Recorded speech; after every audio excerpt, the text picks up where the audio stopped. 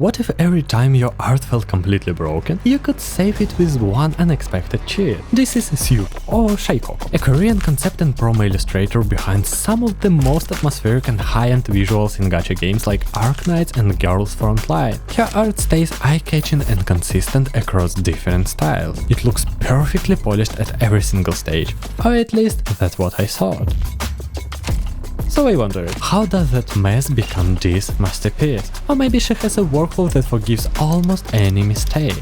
In this video, I'm breaking down the most effective tricks I learned directly from Sjoop, testing her cheat workflow on my own piece and showing you how to create strong mood and lighting that works in any style. But why does this workflow work across so many styles? Most artists look at styles through brushes, shapes or colors, but they never think about value budget. She uses a simple ramp to show how much a style relies on light, how much on shadow and how much mid-tone you have in the middle. Look here, in semi-realistic styles the value bar is smooth and gradual. There is a lot of room for mid-tones, but in anime or stylized art the mid-tone gets compressed until it almost disappears. That's the biggest difference between styles. If you understand how much mid-tone your style allows, you know how detailed or simple your lighting should be. But how do you keep that value budget through the whole process? Normally, a final illustration is enough for me to understand what the artist did, or recreate a similar result in my own way. But with Sjoop, it wasn't. So I took her full 22-hour class on Colossal. The techniques I'll show you next will actually upgrade your workflow no matter your style. And Colossal was kind enough to give you a $45 discount on any of their classes. Link in the description. But I'll be honest, I wasn't prepared for what I saw. It blew up my idea of a picture-perfect workflow. In the class, Sjoop spends a lot of time on references and how to use them, but in this video we will focus on coloring and lighting. Her process starts rough and fast, while mine depends on polished line art, so naturally I tried to fix everything first. That was the first moment I realized this workflow was going to break my habits completely. Many artists face one big problem, and I did too. The rough drawing looks great, it grabs attention, but the polished version loses it. Sjoop's mindset prevents this problem.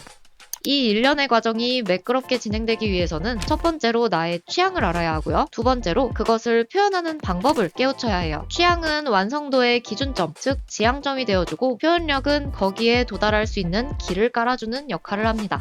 Your taste and your feelings for the illustration are the main argument for your decisions. If something is incorrect but looks good, you keep it. Allowing mistakes and drawing something messy doesn't mean it's bad. And this became the biggest challenge for me. I usually rely on clean structure, but here I was told to trust my taste instead of technical perfection. It sounded great until I tried it. Sjoop keeps going with very light and pale base colors no matter what the final illustration's supposed to look like. It's not only perfect for multiply, she also does it for a completely different reason. She calls this process burning colors. Her main tool is the overlay layer, which works almost like a double-sided brush. Light colors brighten the image and dark colors darken it. But here is why it's useful. If you've ever used blending modes, you know they are hard to predict but easy to ruin. The real trick is how overlay helps you stay inside your value budget. Every base color has a natural limit for how bright or how dark it can go. So in your workflow, if your base is light and pale, you have full control because you can spend your whole value budget in one stroke. You need several layers for that. Use a soft brush, pick a very light and dark colors and lightly build contrast step by step. For me, it felt like a cheat for building mood. But to really burn colors with overlay,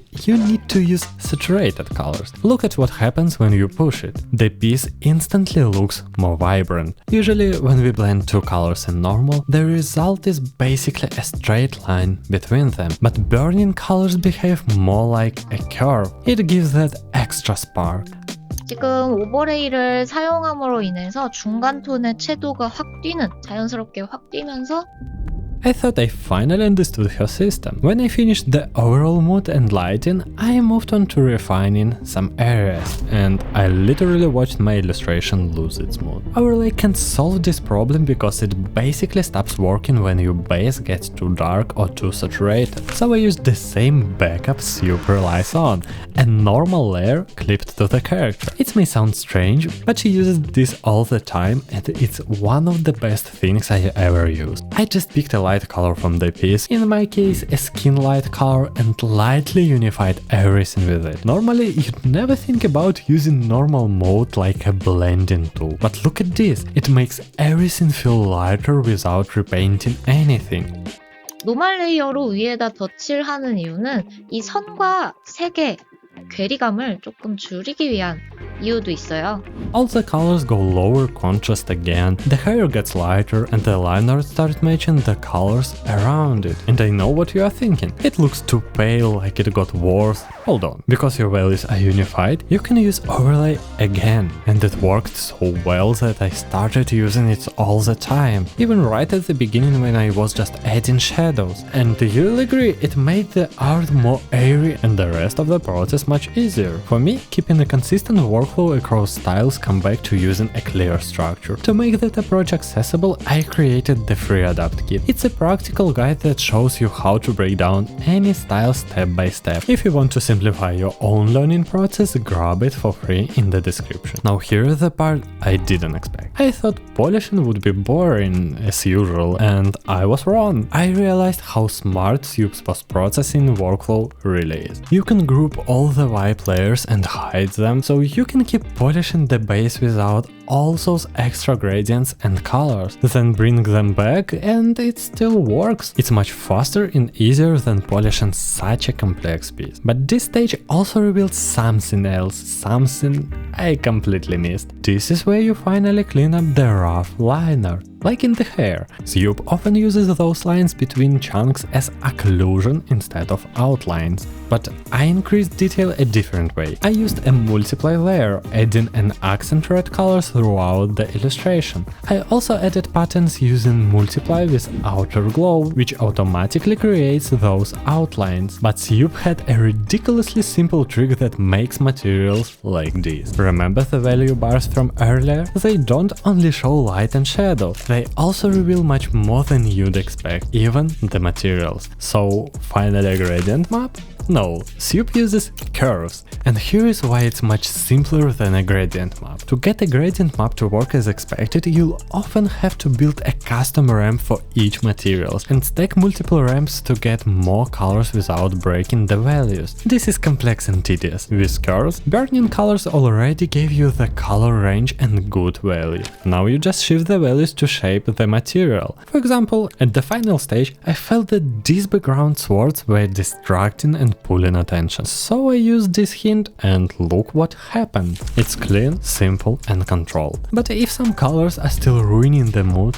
don't repaint it. Use replace color to swap it across the whole piece in seconds. In this class, I found a workflow that forgives mistakes and lets you fix your art at any stage, while still keeping the mood consistent through the entire process. It gives you the freedom to rely on your taste and the emotions you want to express, rather than dry mechanical rendering. But this left me one more question. What's the fastest way to make lighting look dramatic? That's exactly what I explored in my study of Dino's lighting.